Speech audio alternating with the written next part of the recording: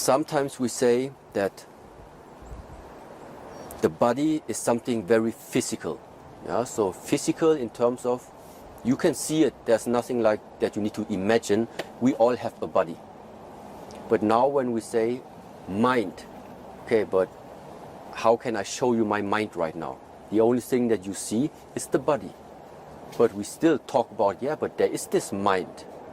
So in our tradition we say yes, because the mind is something that has no form. The body is the representation of form. So we have something formless and we have a form. And what is happening in between, what is connecting the formless with the form, that is the breath. This is why the breath is so powerful. Because when we are connecting our mind where the breath is, yeah, where, like I told you in the beginning, you need to focus the mind in this area. And then you feel the breath fill up here. And when the air enters out or leaves the body again, you also follow with the mind. So that means we are using the breath like an intermediate between the mind and the body. And yes, you said harmony of body and mind is important. So how do we achieve it? By first of all finding, yeah, how I call it, finding that one aspect which is connecting them, which is connecting the body and the mind, and that is the breath. So we have the body, we have the mind, and what is connecting those two? That is the breath. And the more you understand the breath, the more time you spend with the breath, the deeper you are able to penetrate into the mind and also into the body. This is the very nice part about all of this.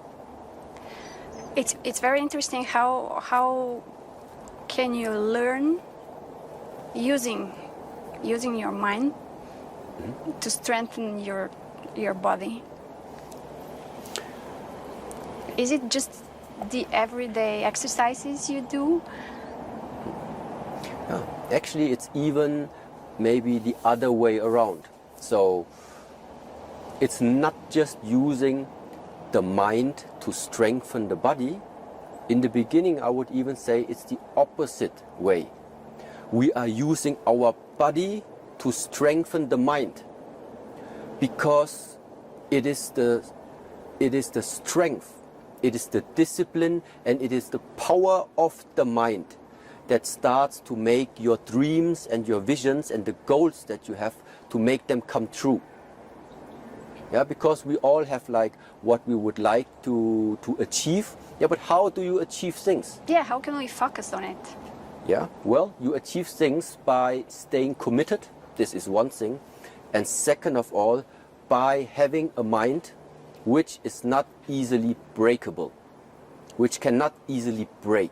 And how this can happen. So, and this is why when we are using our body, for example, just standing in different positions, just staying still, 10 minutes, 15 minutes, don't move. Then what will happen is, slowly you start, maybe you get tired, the body starts to shake. But what is giving up the first is not the body.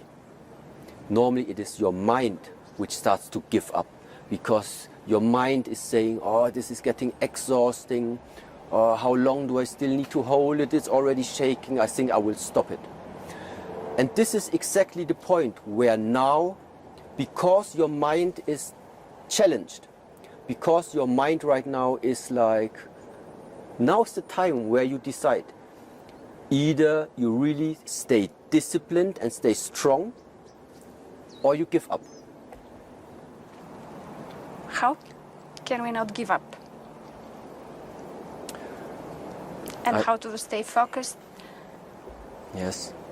So, staying focused. No. What is giving up? Yeah, what is giving up is the mind. What for many people is giving up, what for many people is causing problems, what is causing the anxiety, what is causing that you have fear, what is causing that you're always worried about what will be, and all of these things are, what is the problem? The problem is the mind. The problem is the mind. So how do we solve it? By, first of all, learning more. What is the mind? Yeah, this is one very important aspect, to learn what is the mind. Because in the moment,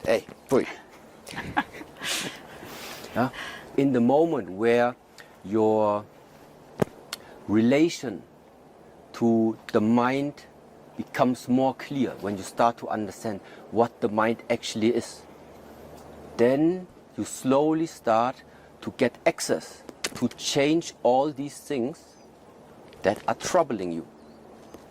So ultimately what I want to say is, to solve all of these issues that the humans at the moment have, you have to learn more.